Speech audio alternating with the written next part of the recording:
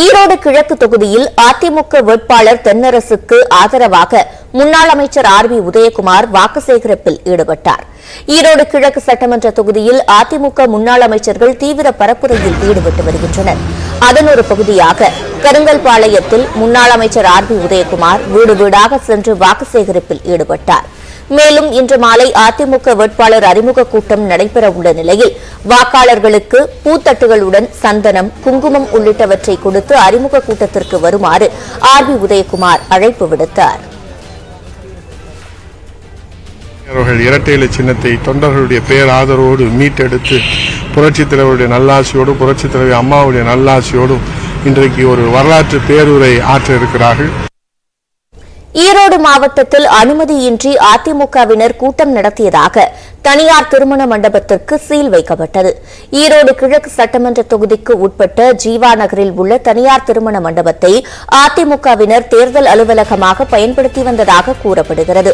இது தொடர்பாக தேர்தல் அதிகாரிகளுக்கு புகார்கள் கிடைத்துள்ளன. அதன் பேரில் காவல்துறை மற்றும் தேர்தல் அதிகாரிகள் திருமண மண்டபத்திற்கு சென்று ஆய்வு மேற்கொண்டனர். அப்போது அங்கிருந்த அதிமுகவினரை காவல்துறையினர் அப்புறப்படுத்தினர்.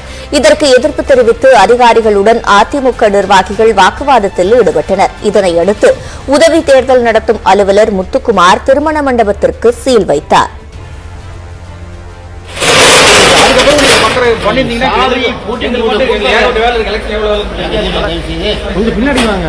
ஜூம் இருக்குல்ல நமக்கு.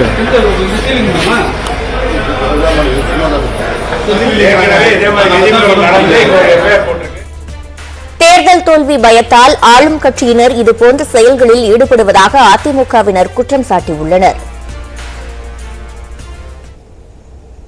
நாங்கள் தேர்தல் பணி செய்து கொண்டிருக்கிறோம். அவர்களும் தேர்தல் பணி தெருவுக்கு தெருவு அவங்க 1000 பேர்த்தை உட்கார வைத்துக் கொண்டு டெய்லி பணம் கொடுத்து கொண்டு இருக்கிறார்கள். நாங்கள் நேர்மையான வாக்காளர்கள், யார் யார் இந்த தொகுதியில் வாக்காளர் இருக்காங்க, வெளியில இருக்காங்க, யார் யார் இறந்திருக்காங்க லிஸ்ட் தான் நாங்கள் எடுத்துக்கிட்டு இருக்கோம். அதனால இது ரொம்ப வன்மையாக கண்டிக்கிறோம். நாங்கள் தேர்தல் கமிஷன்ல முறையிடுவோம். இதனிடையே ஈரோடு கிழக்கு வீரப்பன் சத்திரத்தில் பாஜக தொழிற்சங்க மாவட்ட தலைவர் சீனிவாசன் தலைமையில் 500க்கும் மேற்பட்ட பாஜக மற்றும் பல்வேறு கட்சிகளைச் சேர்ந்தவர்கள் திமுகவில் இணைந்தனர். அமைச்சர் செந்தில் பாலாஜி முன்னிலையில் திமுகவில் இணைந்தவர்களுக்கு சிறப்பு வரவேற்பு அளிக்கப்பட்டது.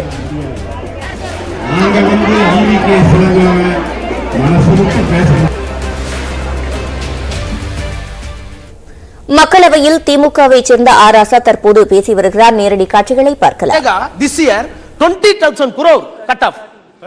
Maybe 30,000 or 20,000. Okay. But what is the report? PAEG, People Action for Employment Guarantee. The actual need according to this association scientific report, we need 2,71,000 crore for this year to satisfy the all people. The need is 2 lakh. Already you reduced to 30 crore. Now it is only 60,000. Who is going to fill up the gap? Gulf. Who is going to fill up the gulf? I do not know. Please look at the NSAP, National Social Assurance Program. Most important program for aged, orphanage people, widow and disabled. The allegation that has been dwindled down 10% more. Sir, you are supposed to guide it by the Gujarat model. Because, sir, 2 minutes. Gujarat model, sir, 2 minutes I will finish. Sir, Gujarat model. You are entitled to say. Am I not entitled to say, what is the Gujarat model you are applying here? What is the fruitful result? Please go for that. Our Chief Minister explained what is the Dravidian model being run in government in front of the Prime Minister.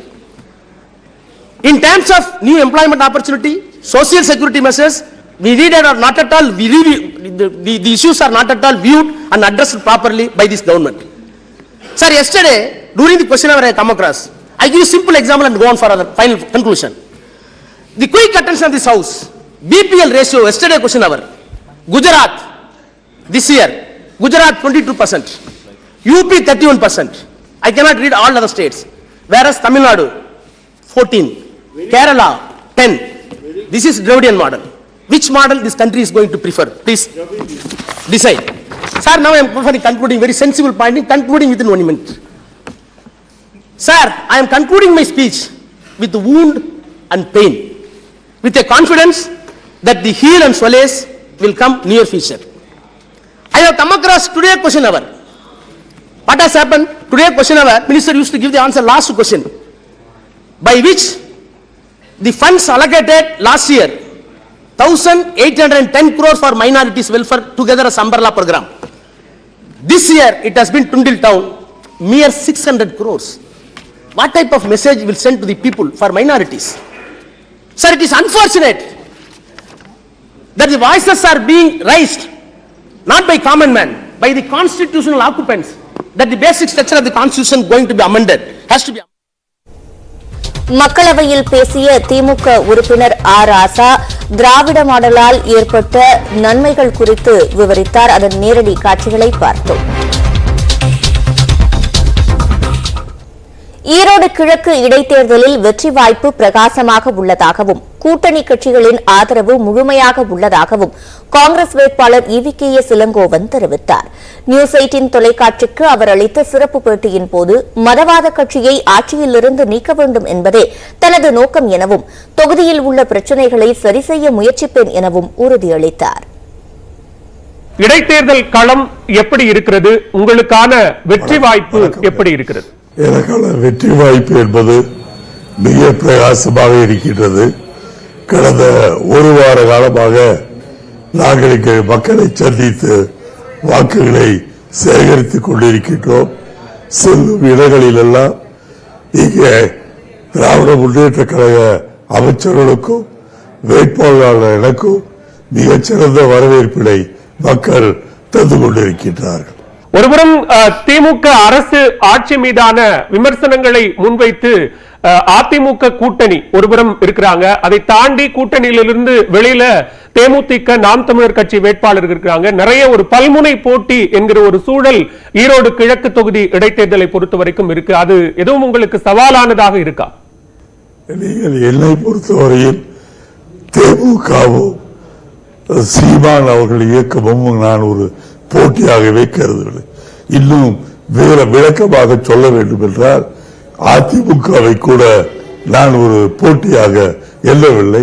காரணம், திராவிட முன்னேற்ற கழகம் இந்த 2 ஆண்டு காலத்தில் செய்த சாதனைகளையும் அதே போல் என்னுடைய மகன் இந்த 2 ஆண்டுகளில் இந்த தொகுதிக்கு வைத்து செய்திருக்கின்ற சாதனைகளையும் சொல்லி மக்களிடம் வாக்கு கேட்கும் போது மிகப்பெரிய வரவேற்பு இருக்கின்றது என்பதை நான் சொல்லிக்கொள்ள விரும்புகிறேன். வெற்றி வாய்ப்பு பிரகாசமாக இருக்கிறது அப்படிங்கிறது இந்த இரட்டை இலை முடிவாகிற வரைக்கும் இப்ப முடிவாயிடுச்சு. அதுல எதுவும் சிக்கல் இருக்கும்னு பாக்குறீங்களா? பிரச்சாரத்துக்கு சென்று மக்களை சந்தித்து கொண்டிருக்கின்றேன். எங்கேயும் இரட்டை இலையின் தாக்கம் கிடையாது. இரட்டை இலையை பொறுத்தவரையில் இந்த தேர்தலில் மிகப்பெரிய தோல்வியை அது சந்திக்கும் என்பதை சொல்லிக்கொள்ள விரும்புகிறேன். இரட்டை இலைக்கு எதிராக உதயசூரியன் தான் நின்றிருக்க வேண்டும் அப்படின்னு நிறைய பரவலாக கருத்து எழுந்தது. அது குறித்து உங்களுடைய பார்வை? சென்ற முறை ஜெயித்தது என்னுடைய மகன். அவன் கை சின்னத்தில் தான் நின்றான். ஆகவே உதயசூரியனுக்கும் கை சின்னத்தையும் வேறுபடுத்தி மக்கள் பார்ப்பதில்லை. அரசு அறிவித்த திட்டங்கள் அனைத்தையும் நடப்பாண்டிற்குள் செயல்பாட்டுக்கு கொண்டுவர வேண்டும் என அதிகாரிகளுக்கு முதலமைச்சர் மு க ஸ்டாலின் அறிவுறுத்தியுள்ளார். சென்னை தலைமைச் செயலகத்தில் சிறப்பு திட்ட செயலாக்கத்துறையின் செயல்பாடுகள் குறித்து அனைத்து துறை செயலாளர்களுடன் முதலமைச்சர் மு க ஸ்டாலின் ஆய்வு மேற்கொண்டார். திட்டங்களின் சிறப்பான செயல்பாட்டிற்காக எடுக்கப்பட்ட நடவடிக்கைகள், அரசின் திட்டங்கள் தகுதியுள்ள பயனாளிகளை சென்றடைவதை உறுதி செய்யும் நடைமுறைகள் குறித்து முதலமைச்சர் மு க ஸ்டாலின் விரிவாக ஆய்வு செய்தார். இதனைத் தொடர்ந்து கூட்டத்தில் உரையாற்றிய முதலமைச்சர் மு க ஸ்டாலின் 8 கோடி மக்கள் பாராட்டும் அரசாக உயர்வது அதிகாரிகளின் கையில்தான் உள்ளது என கூறினார். கடந்த 20 மாதங்களில் ஏராளமான திட்டங்கள் அறிவிக்கப்பட்டுள்ளதை சுட்டிக்காட்டிய முதலமைச்சர் ஒவ்வொரு திட்டத்தையும் அதிகாரிகள் ஆய்வு செய்ய வேண்டும் என தெரிவித்தார். திட்டங்கள் முடங்கினால் அதற்கான காரணம் என்ன, திட்டங்களை முழுமையாக முடிக்க என்ன செய்ய வேண்டும் உள்ளிட்டவை குறித்து துறை செயலாளர்கள் விசாரித்து முடிவெடுக்க வேண்டும் என தெரிவித்த அவர் 2023ஆம் ஆண்டுக்குள் அனைத்து திட்டங்களும் செயல்பாட்டுக்கு வந்துவிட்டது என்ற நிலையை எட்டுவதற்கான பணிகளை இன்றே தொடங்க வேண்டும் என அறிவுறுத்தினார். ஒவ்வொரு திட்டத்தையும் அறிவிப்பையும் உங்கள் கண்ணுக்கு முன்னால் கொண்டு வந்து எந்த நிலைமையில் இருக்கிறது என்பதை ஆய்வு செய்யுங்கள். 20 மாதம் கடந்துவிட்டது. திட்டங்களை செயல்படுத்துதல், நிதி ஒதுக்கீடு ஆகியவற்றில் தடைகள் ஏற்படலாம். எனவே முன்கூட்டியே இந்த 2023 ஆண்டுக்குள் அனைத்து திட்டங்களும் செயல்பாட்டுக்கு வந்துவிட்டது என்ற நிலையை எட்டியாக வேண்டும். அதற்கான பணிகளை இன்றே நீங்கள் தொடங்க வேண்டும் என்று கேட்டுக்கொள்கிறேன்.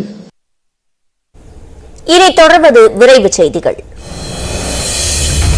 சேலத்தில் நடைபெறும் 2ஆம் நிலை காவலர்களுக்கான உடற்தகுதி தேர்வில் கயிறு ஏறுதல், நீளம் தாண்டுதல் உள்ளிட்டவற்றில் இளைஞர்கள் தங்களது திறமையை வெளிப்படுத்தினர். சேலம் மாநகர் மாவட்டம், நாமக்கல் மாவட்டத்தைச் சேர்ந்த 955 பேரிடம் முதற்கட்டமாக சான்றிதழ் சரிபார்ப்பு, உயரம், மார்பளவு அளவீடு செய்யப்பட்டது.